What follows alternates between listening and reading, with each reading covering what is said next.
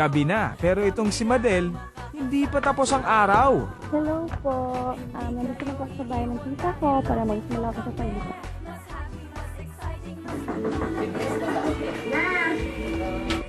Ito po yung mga gamit ko nabili so far. Ito po yung rice cooker, dish organizer, tapos yung electric fan. So, ito po yung mga damit ko na niligpit ng tita ko. So, yung ibang dress ko, iligpit ko na.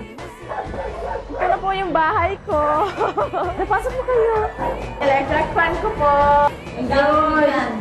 Lutuan. Tapos yung rice cooker ko po. May katabi ng pamahit yun. Ito po yun.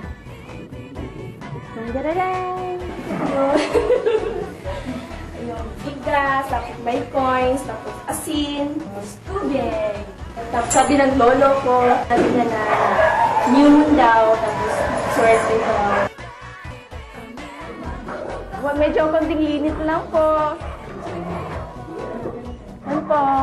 Yun! Terrace tapos may ilog. Nanibago po ako kasi ako lang mag-budget sa din sa balay. Tapos meron ko kagaling yung mga appliances. Kasi hindi po ako sanay mag-isa kasi sanay po ako nandiyan ng mama ko, yung kapatid ko. So, pero mas na. Ay, grabe. Hindi ko talaga mag-ipat.